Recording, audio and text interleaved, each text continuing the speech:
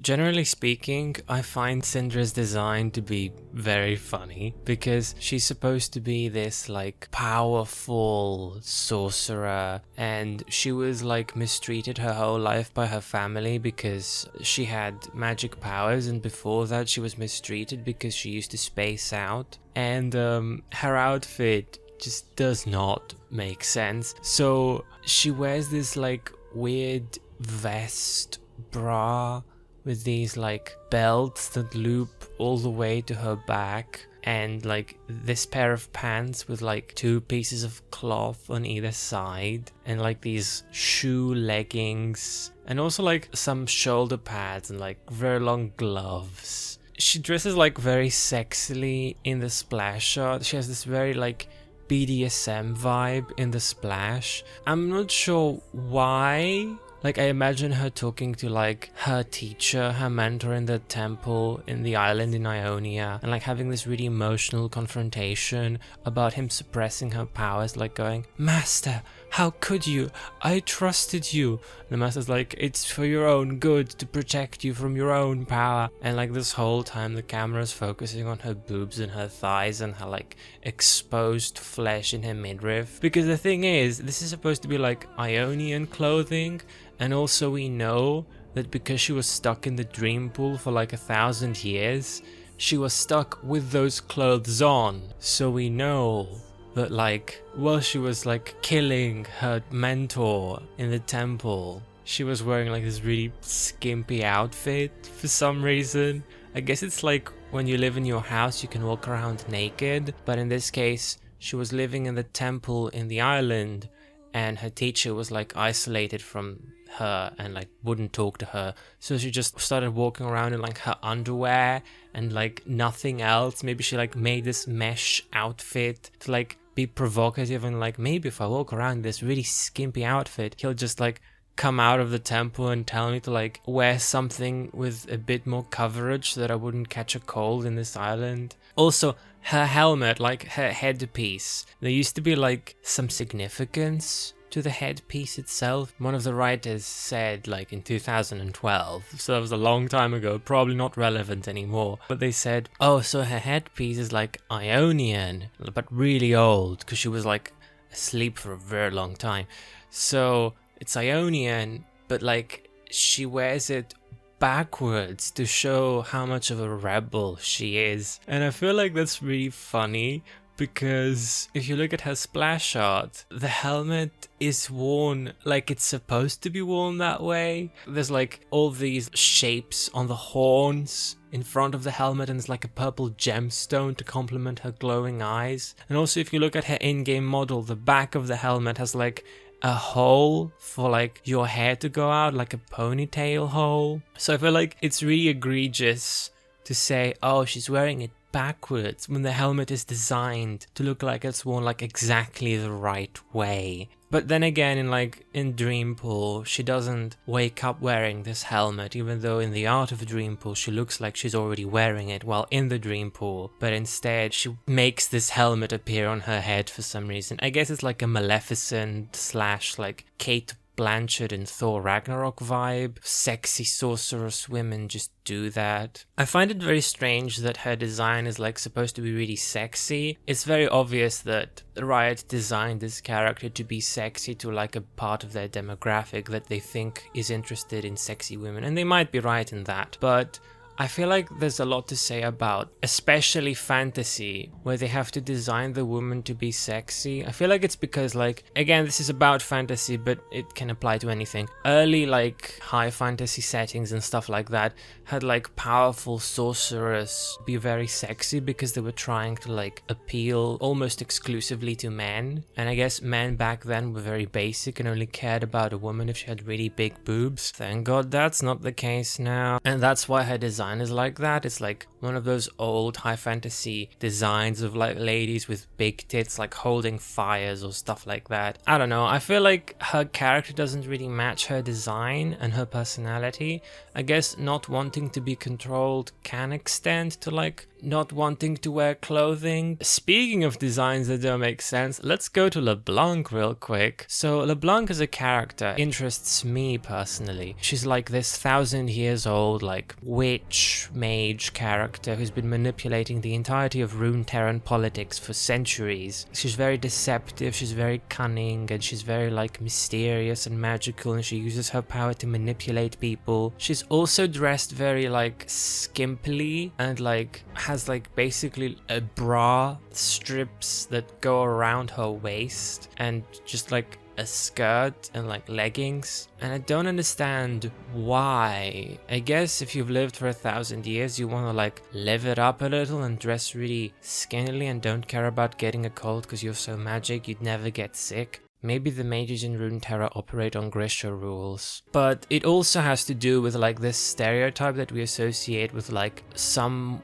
women, both in real life and in fiction, where if they're powerful, it's not because of like spiritual or physical prowess, it's because of being deceptive and using their sexiness to deceive men and like trick them. And there's a lot of like women tricking men mentality in like both fiction and the world. And I guess that's why they made her like all sexy, or at least what they think is sexy. I don't know, it just doesn't make sense to me that LeBlanc would dress like this. If you want to dress like this, that's fine, but I don't know if it makes sense with this character. Also, there was this really funny thing in her lore where because she wanted to like trick Jericho Swain to like die or be dishonored in battle, but then he came back and got like a demon arm from the Immortal Bastion or whatever, she was like, oh, did I finally meet my rival after all these thousands of years? And I just find that really laughable to like be insinuated about her in her lore, because LeBlanc is a woman so powerful and cunning that she was able to trick Mordekaiser and kill him, even though in his new lore we see that he planned for that eventuality of dying by someone, so he had like a backup plan. It's just really funny to think that this mortal, like little old man would pose any threat to her when she's spent like thousands of years on Runeterra just learning how people work and manipulating them and killing them. I also would like it if LeBlanc's motivations were also less evil, because currently she has this whole like plan to like mess up the world, create chaos basically, but I'm not sure why she does that. I guess because she's evil. I wish she was given like a motivation that was a bit more relatable than just, I just wanna mess things up in the world. I wish it was like, I wanna fight for mage rights, or like, I wanna build a big burrito in Freljord that's like 10,000 feet tall. Any motivation past just wanting to cause chaos would be more interesting. Next, we're gonna talk about Evelyn. Now, Evelyn is one of those characters that solely exists to be like a sexy female character. I guess Riot really wanted to have like a sex BDSM demon, and that's what Evelyn is. She's the sex BDSM demon, or at least like one of them, because Riot has a lot of these. In the lore, she's like this spirit that can't feel emotions, so she kills people to feel their pain, and that's the only time she ever feels alive. I guess I can understand her. If I was constantly depressed and numb all the time, I would also murder people to feel better. I feel like her rework was an improvement as far as the lore is concerned, because previously what her lore was is she's this spooky blue lady and she murders people and no one knows where she came from, and she's called the Widowmaker. I think that's what she was called. She didn't really fit in with anything. It's like Nocturne's old lore, where he was like a mage, had like a bad dream like next to a nexus, and then Nocturne was born from the nightmare of that mage. It was like, oh, I'm your bad dreams. It was very funny to read about and then read his new lore and like the juxtaposition is funny. Anyway, back to Evelyn. I don't really have much to say about her because she is what she is. I mean, I wouldn't care if she was like the only one or if there were like a couple of others, but like every other female character is basically like this at this point. So I don't know why they keep bothering to remake the same character again and again. Speaking of BDSM sex demons, so Elise's whole deal, or at least in her new lore, her whole deal, is that she learned to weaponize her femininity and her beauty to manipulate other people and like be super boss and super badass. And like she was really cool and she was really good at managing her house and stuff like that. And then her husband just like violently scarred her with like acid or whatever, which felt really dark even for League of Legends. She placed a lot of her self-worth on her physical appearance, so this kind of ruined her completely. And her house like suffered because she wouldn't like try to talk to anyone, even though they probably wouldn't care if she had scars, because like, I don't know, as long as you're powerful they don't give a fuck. But she cared. And then she found LeBlanc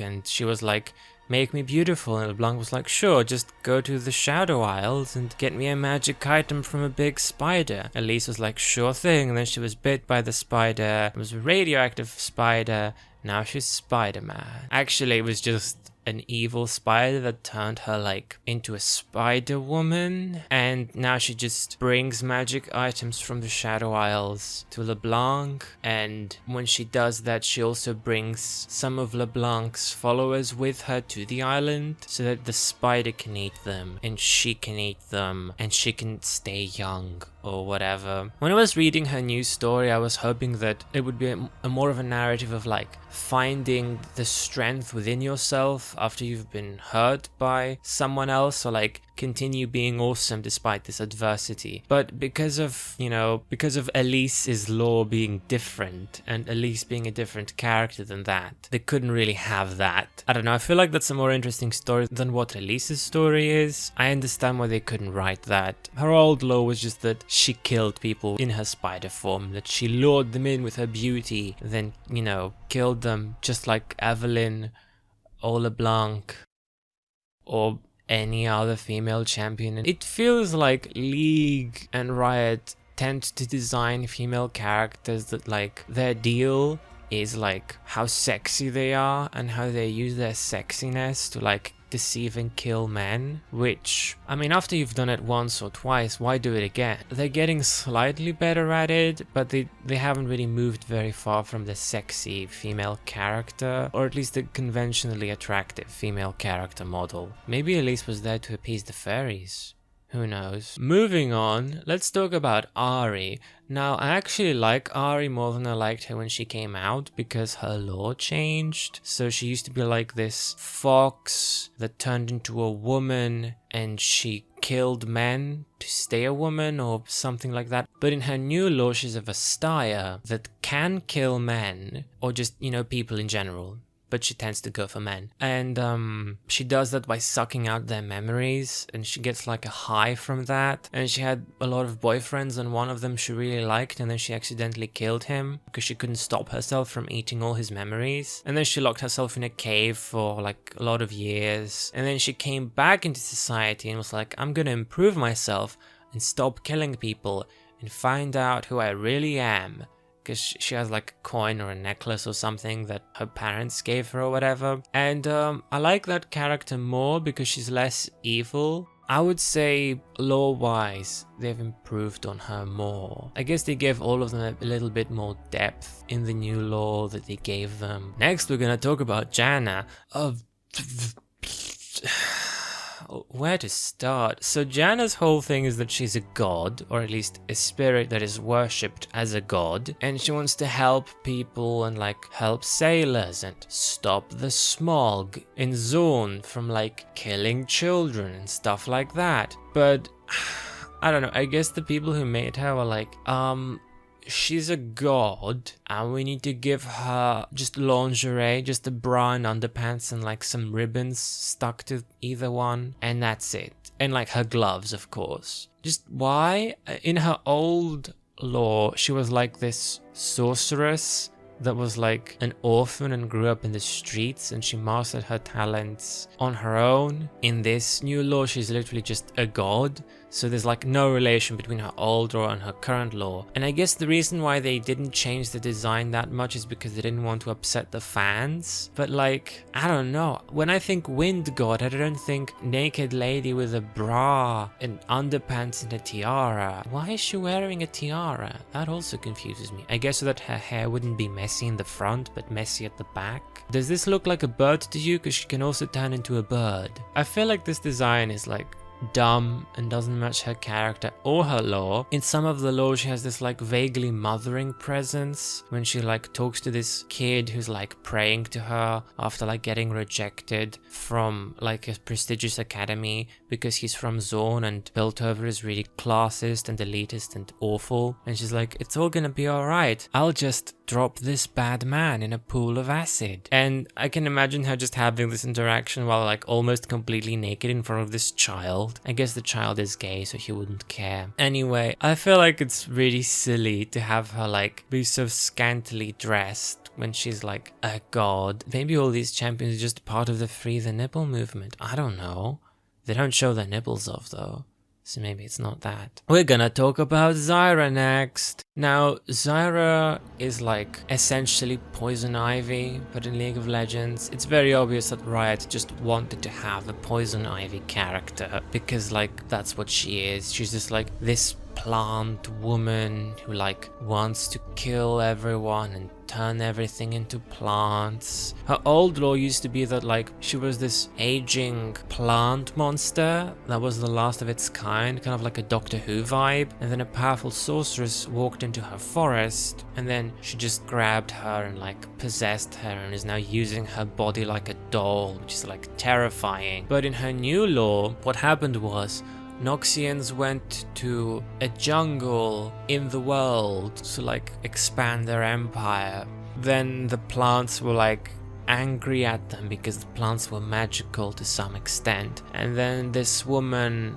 while everyone around her was dying, she cast a big magic explosion spell that killed everyone, including her and the plants. And then the magic seeped into the earth, and then Zyra happened, and then another Noxian crew came along like hundreds of years later to like do the same thing, and then she infected one of them, and then she's been infecting people and moving from person to person. Like she killed a couple of people that were like in love because she could, I guess. Her whole motivation right now is that she wants to turn the entirety of Runeterra into one big jungle, you know, kind of like what Poison Ivy did in like DC's Mortal Kombat fighting game. I don't remember what it's called. I guess no one at Riot read about climate change, because if you wanted the whole world to be a jungle, you would need the climate to like be the same in all the regions to accommodate the jungle. Jungles can only grow in like a certain strip of the planet where the temperatures are warm enough and there's enough rain for jungles to thrive in,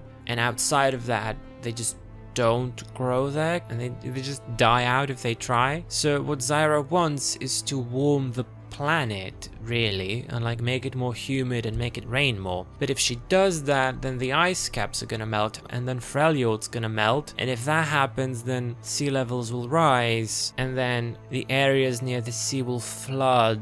So she just have like a waterlogged jungle. I guess these plants are magical, so maybe they don't need the same conditions as normal real life plants to grow and thrive, but it just feels like an unrealistic goal at this point. I mean, why does she even want the world to be covered in like jungle undergrowth? Doesn't she have like her own little special paradise of jungle to just stay in? Does the whole world need to be a jungle, Zyra? The only reason why she's sexy is because Poison Ivy is sexy, and the reason why Poison Ivy is sexy is men really want to have sex with a plant lady, I guess. I don't care, to be honest. Kaiser's whole deal is that everyone hated her when she released. Kaiser's deal is that her father is Kassadin, and when her entire village was sucked into the void, she was the only survivor, and she had like a very gruesome like 3 days crawling in rubble and eating rotten pears or whatever. And then she found this like bodysuit that merged with her to protect her, because some somehow, for some reason, the Void has these and they don't want to kill you. And now she uses it to kill Void monsters and I guess also eat them, because I don't know what else she's eating. I remember when she first came out, everyone like hated her because she was so boring. She looked so completely and utterly boring. This sexy lady from the Void. But like, why is she a sexy lady from the Void? Because everything that goes into the Void or even looks at the Void for too long just turns into a horrible, gruesome monster. But she's a sexy lady. Now, someone asked this question to Riot. They were like, hey Riot, why is Kai'Sa a sexy lady? And Riot said something along the lines of, oh, we wanted to have like a character who went into the Void and they wore the suit, but they were still human in the suit, like they were still a person. And to show that off with Kai'Sa, we just decided to give her like a face and not have her wear a helmet, have like her entire chest show and like a V-neck going on with her boobs, which for some reason the suit accommodates. I guess maybe it helps aerodynamically, I don't know. Their argument was the reason why you can see her tits and you can see her face is because we couldn't figure out any other way to make her look like a person but in a suit. And I feel like if you want to convey visually that someone is a person, you don't need to give them like massive tits. If you wanted to make Kassadin appear more person-like, you wouldn't show off his massive sweaty balls. I felt that that was a bit disingenuous. I felt like what they were actually going for was, we want to make her look conventionally attractive and sexy so that we can sell merchandise with her limited edition action dolls or like posters or like body pillow. Because she's so boring and she looks so much like any other champion in the game, people didn't care about her at all and they had like a negative reaction to her design, which Riot took to heart and learned about and didn't have any other female characters with like similar type of design, thank god. But also like people weren't only angry at her design, they were also angry at her entire character and personality. They were like, oh, her voice lines sound awful, I don't like her voice, or oh, I hate her, she sucks, or whatever. I don't know what the community thinks of her right now. I just know that when she was initially released, like all you could see in the comment threads were like negative feedback about her, like I hate her voice, I hate her character, I hate her art, I hate her personality. Her kit kind of looks interesting, but I hate that too. I'm not a big Kai'Sa main. I don't play her very often, I'm kind of bad at her and every other champion. But like, I don't think her voice lines were bad. I think it was an interesting choice to give her like this very like cold, monotone voice. I guess because she's emotionally scarred and numb on the inside and like she's seen some shit or whatever. The first time I returned from the Void, it was to save me. Now it's to save them. That's why they went with that. I didn't expect them to. It was an interesting take. It was definitely something new. I guess I can see why people wouldn't like it, but I feel like they were like a bit judgy of it because everything else was so boring. They just decided to hate the whole thing. I'm pretty sure that's all I wanted to point out about the champions. I mean, if you wanted, you could go like through every single female champion and complain about them, which I want to do, but I'm not going to do. Let's talk about Miss Fortune for a bit as like the final champion to talk about. So Miss Fortune's whole deal is that she's like this femme fatale, sexy lady that kills people and feels good doing it, you know, like LeBlanc or Evelyn or Elise or Ari or Zyra or Vayne. You see where I'm going with this? It feels like a lot of these female characters are like the same, especially since there's only so many femme fatales you can make before you've kind of done them all, and then every new one is just like, oh, okay, it's a femme fatale again. Miss Fortune's design was like supposed to evoke that more than most of the other characters, I guess, because she's like posing and like sexy and like, ooh yeah, look at me, I'm so sexy, my pants are like falling off and so is my bra for some reason, which I feel like is really odd for her. Not because I hate it, but I do, but that's not why. It's because her actual personality in the lore doesn't really support this. Like, there was only one short story I can think of that was like, had illustrations of her looking really sexy while drowning a man and shooting another. Generally speaking, in the lore, Miss Fortune is like this woman with this really tragic past that has affected her and the way she behaves and acts. And her goal is to make Bilgewater a better place and a more lawful place, less likely to have someone murder your mother in front of you and leave you for dead in the wreckage. So she wants to like kill pirates, specifically Gangplank, and like establish some order. But she also understands that if she kills powerful men who control Bilgewater, she's going to leave a power vacuum, which in the long run is just going to make everything worse because there's going to be chaos and stuff like that, which she ends up doing anyway because, you know, someone is really rude at her and they try to control her and she just kills them. Now, I like her character a lot and I like her personality a lot and I like the way she's depicted in the comics a lot. She looks really cool and I like how she has this violent streak in her, but also she's trying to temper that because she knows that that is not conducive to her goal and will in the end make everything worse. She wants to make a good change in the world, but that's difficult in her situation, and also she knows that if she's too violent she's gonna have the opposite result. And I think she's an interesting character.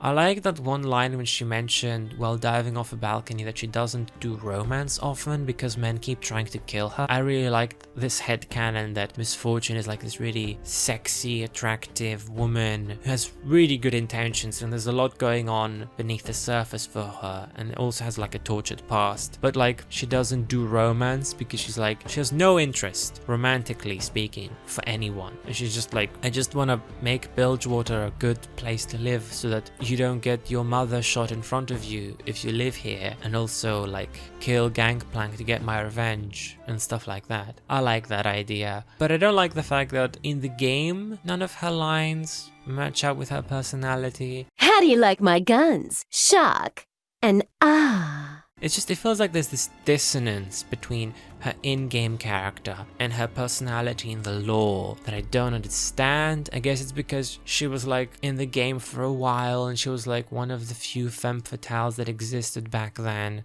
But now there's so many that the game is oversaturated with them, so I guess the only reason why they haven't changed her character design and her voice lines is because people are too accustomed to her as like this femme fatale lady. I mean, I guess she's pretty like memorable. Now, having said all this, there are some designs of female characters in the game that I like, even though there's a lot more that I don't like. So I'm gonna talk about those later maybe, but not now.